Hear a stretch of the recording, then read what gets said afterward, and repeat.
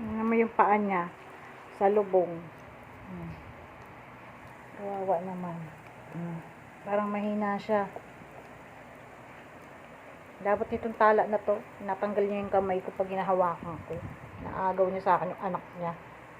Tingnan mo. Laki pa naman, taba. Pero yung paa niya, parang sa lubong sa lubong yung paa niya. Parang nahina hinga-hinga kanina pa to hinga-hinga siya Sana mabuhay.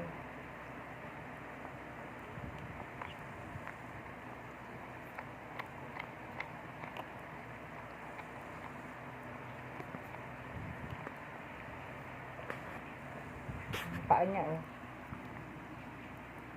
liko baliktad.